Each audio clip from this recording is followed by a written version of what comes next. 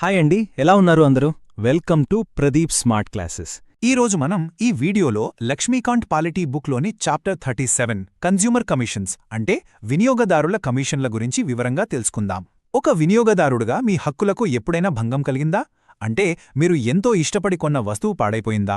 లేదా మీరు తీసుకున్న సేవలో లోపముందా? మీరు చెల్లించిన డబ్బు వృధా అయిపోయిందని, మిమ్మల్ని మోసం చేశారని ఎప్పుడైనా అనిపించిందా? మరి అలాంటి సందర్భంలో న్యాయం కోసం ఎక్కడికి వెళ్ళాలి, ఎవరిని ఆశ్రయించాలో మీకు తెలుసా? మన రాజ్యాంగం, మన చట్టాలు మనకు అందించిన ఒక రక్షణ కవచం గురించి ఈరోజు మనం తెలుసుకోబోతున్నాం. అదే వినియోగదారుల కమిషన్లు. ఈ వ్యవస్థ మన హక్కులను కాపాడటానికి ఎలా పనిచేస్తుంది, దాని నిర్మాణం ఏమిటి, దాని అధికారాలు ఏమిటి అనే విషయాలను చాలా వివరంగా, లోతుగా పరిశీలిద్దాం. మన దేశంలో వినియోగదారుల హక్కులను కాపాడటానికి ఎప్పట్నుంచో చట్టాలున్నాయి. మొట్టమొదటగా 1986లో వినియోగదారుల పరిరక్షణ చట్టం వచ్చింది. అది ఆ కాలానికి చాలా గొప్ప చట్టం. కాని కాలక్రమేణా ప్రపంచం మారింది. టెక్నాలజీ పెరిగింది, ఆన్లైన్ షాపింగ్, ఈ-కామర్స్, టెలిమార్కెటింగ్ వంటి కొత్త వ్యాపార పద్ధతులు వచ్చాయి. దీనితో పాటు వినియోగదారుడు ఎదుర్కొనే మోసాలు, సమస్యలు కూడా కొత్త రూపం సంతరించుకున్నాయి. ఈ కొత్త సవాల్ని ఎదుర్కోవడానికి పాత చట్టం సరిపోదని భావించి 2019లో మరింత శక్తివంతమైన, సమగ్రమైన కొత్త చట్టాన్ని తీసుకువచ్చారు. ఈ వినియోగదారుల పరిరక్షణ చట్టం 2019 పాత చట్టం స్థానంలోకి వచ్చి ఒక అద్భుతమైన వ్యవస్థనే ఏర్పాటు చేసింది. దానినే మనం త్రీస్థాయి వ్యవస్థ లేదా 3-టైర్ సిస్టమ్ అని పిలుస్తాము. ఇది ఒక పిరమిడ్ లాంటి నిర్మాణం.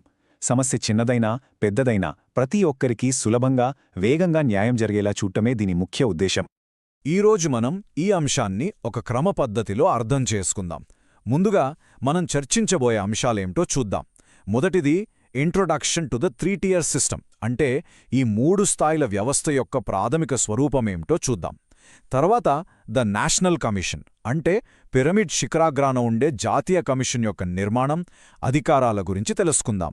ఆ తర్వాత ద స్టేట్ కమిషన్, అంటే రాష్ట్ర స్థాయిలో పనిచేసే కమిషన్ గురించి చర్చిద్దాం. అక్కడ్నుండి ద డిస్ట్రిక్ట్ కమిషన్, సామాన్యుడికి అత్యంత చేరువలో ఉండే జిల్లా కమిషన్ గురించి వివరంగా చూద్దాం. ఆ తర్వాత కంపారిటివ్ అనాలిసిస్ ఆఫ్ జ్యూరిస్డిక్షన్స్, ఈ కమిషన్ల అధికార పరిధులు కాలక్రమేణా ఎలా మారాయో ఒక తులనాత్మక విశ్లేషణ చేద్దాం. ఇది పోటీ పరీక్షల కోణంలో చాలా ముఖ్యం. చివరగా సమరీ అండ్ కీ టేక్అవేస్. ఈరోజు మనం నేర్చుకున్న కీలక అంశాలను ఒక్కసారి పునరుచ్చారణ చేసుకుందాం. సరే, ఇప్పుడు మనం మొదటి విభాగానికి స్వాగతం.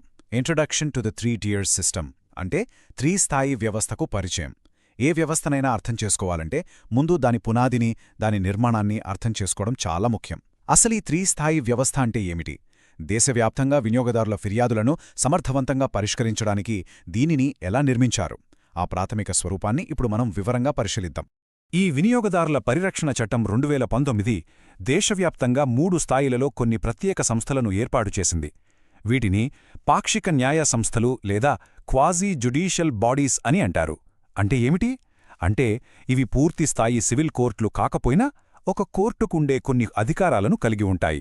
సాక్ష్యాలను పరిశీలించడం, ఇరుపక్షాల వాదనలు వినడం, తీర్పులు ఇవ్వడం వంటి అధికారాలు వీటికుంటాయి. దీన్ని మనం ఒక పిరమిడ్లాగా ఊహించుకుందాం. ఈ పిరమిడ్కు పునాదిగా ప్రతి జిల్లా స్థాయిలో ఒక జిల్లా కమిషన్ ఉంటుంది. ఇది మన మొదటి మెట్టు, సామాన్యుడికి అత్యంత అందుబాటులో ఉండేది. ఆ పై స్థాయిలో ప్రతి రాష్ట్రానికి మరియు కేంద్రపాలిత ప్రాంతానికి ఒకటి చొప్పున రాష్ట్ర కమిషన్ ఉంటుంది. ఇక దేశంలోనే అత్యున్నత స్థాయిలో ఈ పిరమిడ్కు శిఖరాగ్రంగా ఢిల్లీలో జాతీయ కమిషన్ ఉంటుంది. ఈ నిర్మాణం వల్ల మన సమస్య విలువను బట్టి మనం సరైన వేదిక వద్దకు సులభంగా, తక్కువ ఖర్చుతో వెళ్లడానికి అవకాశం కలుగుతుంది. ఇప్పుడు మనం ఈ వ్యవస్థలో అత్యున్నత స్థాయికి, అంటే పిరమిడ్ శిఖరాగ్రానికి చేరుకున్నాం. అదే ద నేషనల్ కమిషన్, జాతీయ వినియోగదారుల వివాదాల పరిష్కార కమిషన్. దేశంలోని వినియోగదారుల వివాదాలకు ఇది అత్యున్నత అప్పిలేట్ వేదిక. దీని నిర్మాణం ఎలా ఉంటుంది, దీనికుండే విస్తృతమైన అధికారాలేమిటి అనే విషయాలను ఇప్పుడు వివరంగా చూద్దాం. ముందుగా కాంపోజిషన్, నిర్మాణం, జాతీయ కమిషన్ నిర్మాణాన్ని చూద్దాం. దీనికి ఒక అధ్యక్షులు, ప్రెసిడెంట్ ఉంటారు. సాధారణంగా సుప్రీంకోర్టు న్యాయమూర్తిగా పనిచేస్తున్న లేదా పనిచేసిన వ్యక్తిని అధ్యక్షుడిగా నియమిస్తారు. ఆయనతో పాటు ఇతర సభ్యులు ఉంటారు. వీరి సంఖ్య కనీసం 4 ఉండాలి మరియు గరిష్టంగా 11 మందికి మించకూడదు. ఈ సభ్యులలో కనీసం ఒకరు ఖచ్చితంగా మహిళ అయ్యుండాలి. ఇది మహిళా ప్రాతినిధ్యానికి, సమతుల్యతకు ఇస్తున్న ప్రాధాన్యతను సూచిస్తుంది. వీరిని ఎవరు నియమిస్తారంటే కేంద్ర ప్రభుత్వం, సెంట్రల్ గవర్నమెంట్ నియమిస్తుంది. అయితే కేంద్ర ప్రభుత్వం నేరుగా నియమించదు. ఒక ప్రత్యేకమైన సర్చ్ కమ్ సెలక్షన్ కమిటీ చేసే సిఫార్సుల ఆధారంగానే ఈ నియామకం జరుగుతుంది. ఇక వీరి పదవీకాలం విషయానికొస్తే ఇది 4 సంవత్సరాలు. అయితే వయస్సు పరిమితి కూడా ఉంది. అధ్యక్షుడికి 70 సంవత్సరాలు, సభ్యులకు 67 సంవత్సరాలు నిండే వరకు మాత్రమే పదవిలో ఉండగలరు.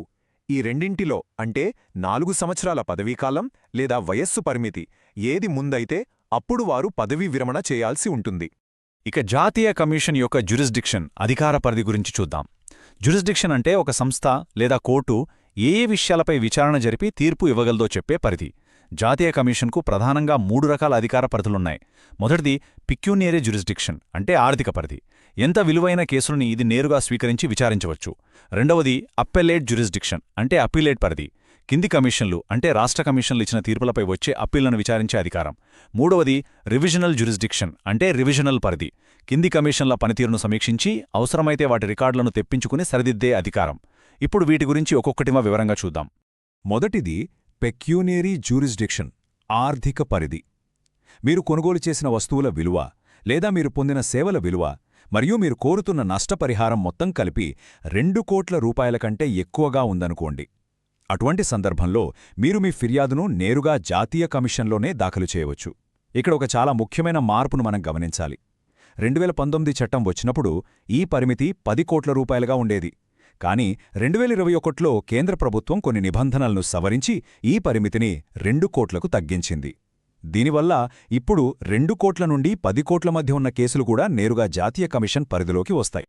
ఇక మూడవది రివిజనల్ జ్యూరిస్డిక్షన్ రివిజనల్ పరిధి. ఇది ఒక పెద్దన్న లాంటి అధికారం. రాష్ట్ర కమిషన్లు తమ పరిధిలో సరిగ్గా పనిచేస్తున్నాయో లేదో జాతీయ కమిషన్ పర్యవేక్షిస్తుంది. ఏ ప్రత్యేక సందర్భాలలో జాతీయ కమిషన్ ఈ అధికారాన్ని ఉపయోగిస్తుంది?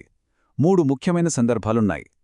మొదటిది రాష్ట్ర కమిషన్ తన పరిధిలో లేని ఒక కేసును విచారించినప్పుడు, అంటే exercised jurisdiction not vested in it by law.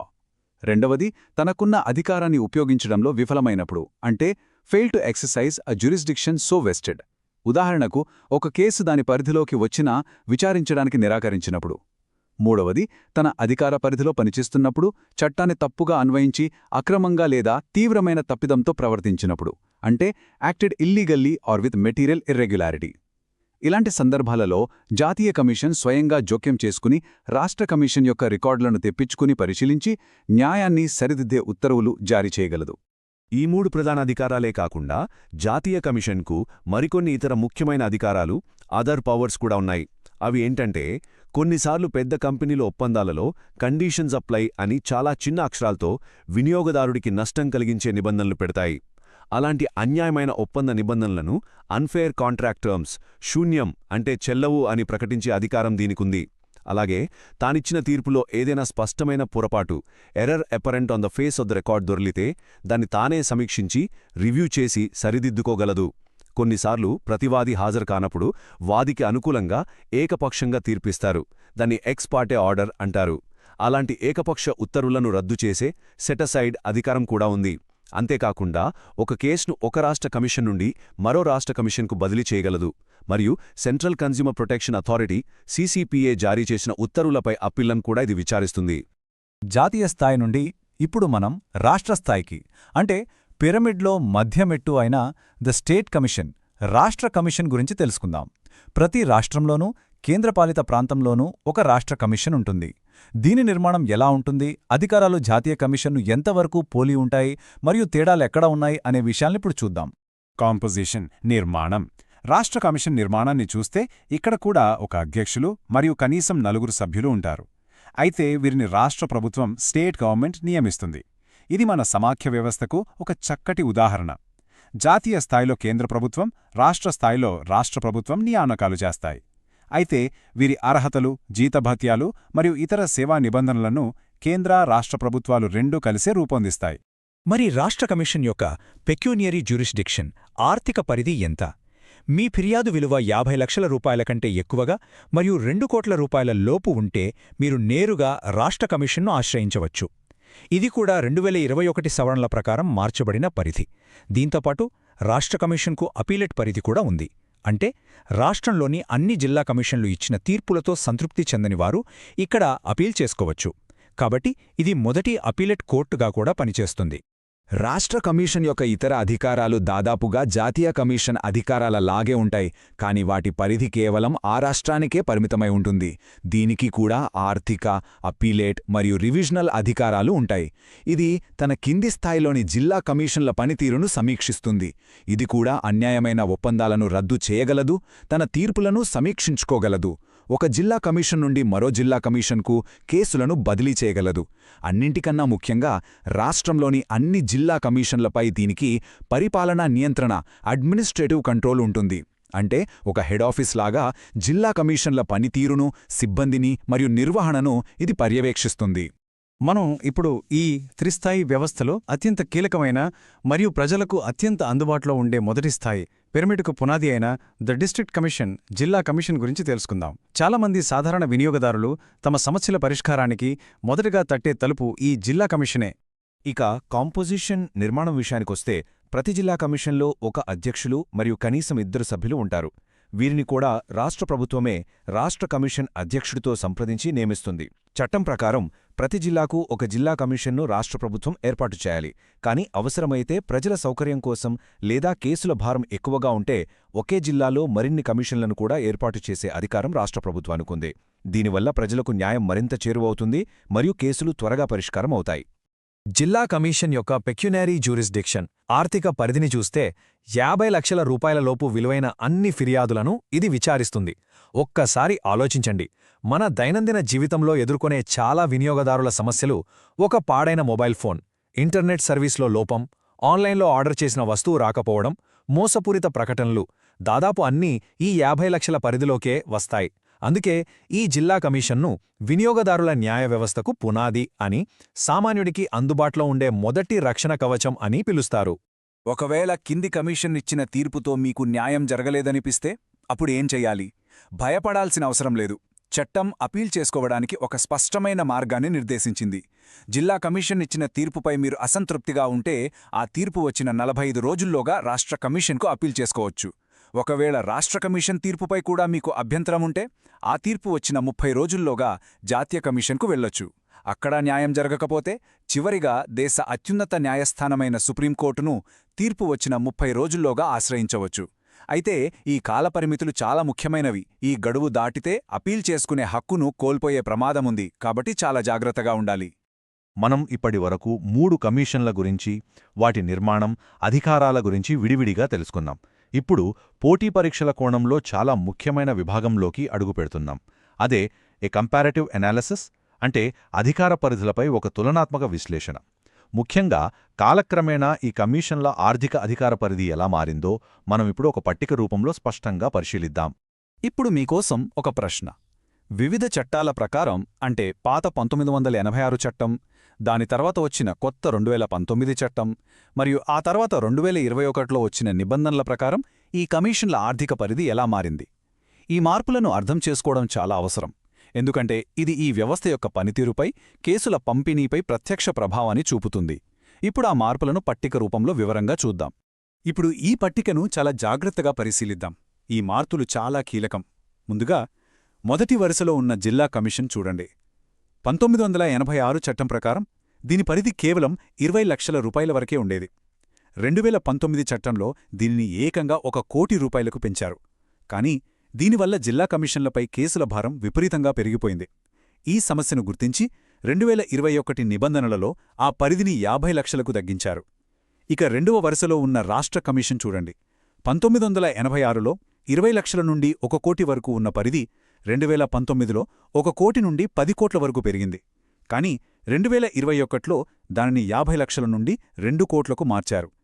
ఇక మూడవ వరుసలో ఉన్న జాతీయ కమిషన్ పరిధిని 2019లో 10 కోట్ల పైబడి ఉంటే 2021లో 2 కోట్ల పైబడి అని మార్చారు. ఈ సంఖ్యలు గందరగోళంగా అనిపించినా దీని వెనుక ఒక స్పష్టమైన వ్యూహముంది. జిల్లా కమిషన్లపై భారం తగ్గించి కేసులను 3 స్థాయిలలో మరింత సమర్థవంతంగా, సమానంగా పంపిణీ చేయడం. తద్వారా ప్రతి ఒక్కనికి త్వరితగతిన న్యాయం అందించడమే ప్రభుత్వ లక్ష్యం. సరే, జిల్లా స్థాయి నుండి దేశ అత్యున్నత స్థాయి వరకు మనం వినియోగదారుల కమిషన్ల నిర్మాణం, అధికారాలు మరియు వాటి పరిధిలో వచ్చిన మార్పులను వివరంగా పరిశీలించాం. ఇప్పుడు మన ఈ చర్చను ముగించే ముందు మనం నేర్చుకున్న అత్యంత కీలకమైన అంశాలను ఒక్కసారి గుర్తు చేసుకుందాం. సమరీ అండ్ రీక్యాప్ ఇవి మీరు ఖచ్చితంగా గుర్తుంచుకోవాల్సిన ముఖ్య అంశాలు. మనం ఈరోజు ఏం నేర్చుకున్నాం? ఒక్కసారి సింహావలోకనం చేద్దాం. 1. వినియోగదారులను రక్షించడానికి 2019 వినియోగదారుల పరిరక్షణ చట్టం ఒక పటిష్టమైన 3 అంచెల వ్యవస్థను నిర్మించింది. 2. ఈ వ్యవస్థలో జిల్లా, రాష్ట్ర మరియు జాతీయ స్థాయిలో 3 రకాల పాక్షిక న్యాయ కమిషన్లు ఉన్నాయి. 3. ప్రతి కమిషన్కు తనదైన ఆర్థిక, అప్పీలేట్ మరియు రివిజనల్ అధికార పరిధులు ఉన్నాయి. 4. మరియు అత్యంత ముఖ్యమైనది, ఈ ఆర్థిక పరిమితులు 2019 చట్టంలో పేర్కొన్న వాటి నుండి 2021 నిబంధనల ద్వారా మార్చబడ్డాయి. కాబట్టి మనం పరీక్షల కోసం ఈ కొత్త పరిమితులనే గుర్తుంచుకోవాలి. చివరగా, ఒక కమిషన్ తీర్పుతో న్యాయం జరగకపోతే పై స్థాయికి, చివరికి సుప్రీంకోర్టు వరకు అప్పీల్ చేసుకునే స్పష్టమైన మార్గం మనకు ఉందని తెలుసుకున్నాం. చివరగా మీకోసం ఒక ఆలోచింపజేసే ప్రశ్న. ఇంత పటిష్టంగా, నిర్మాణాత్మకంగా ఉన్న ఈ పాక్షిక న్యాయ వ్యవస్థ ఒక సాధారణ వినియోగదారుడి హక్కులను ఆర్థికంగా, న్యాయపరంగా ఎంతో శక్తివంతమైన పెద్ద పెద్ద కార్పొరేట్ సంస్థల నుండి ఏ విధంగా కాపాడుతుంది? ఈ వ్యవస్థ యొక్క అసలైన బలం ఎక్కడ ఉంది? సులభమైన ప్రక్రియలోనా, తక్కువ ఖర్చులోనా, లేదా దానికున్న అధికారాలలోనా? దీని గురించి ఆలోచించండి. ఈ వ్యవస్థ ద్వారా ఒక సామాన్యుడు కూడా తనకు జరిగిన అన్యాయంపై ఎలా పోరాడి న్యాయం పొందగలడో అర్థం చేసుకోండి. ఈ వీడియో మీకు ఉపయోగపడితే లైక్ చేయండి. ప్రదీప్ స్మార్ట్ క్లాసెస్ యూట్యూబ్ ఛానల్ను సబ్స్క్రైబ్ చేయండి. బెల్ ఐకాన్ నొక్కండి. ఈ వీడియోను మీ ఫ్రెండ్స్తో అండ్ ఫ్యామిలీ మెంబర్స్తో షేర్ చేయండి. ధన్యవాదాలు. Thank you.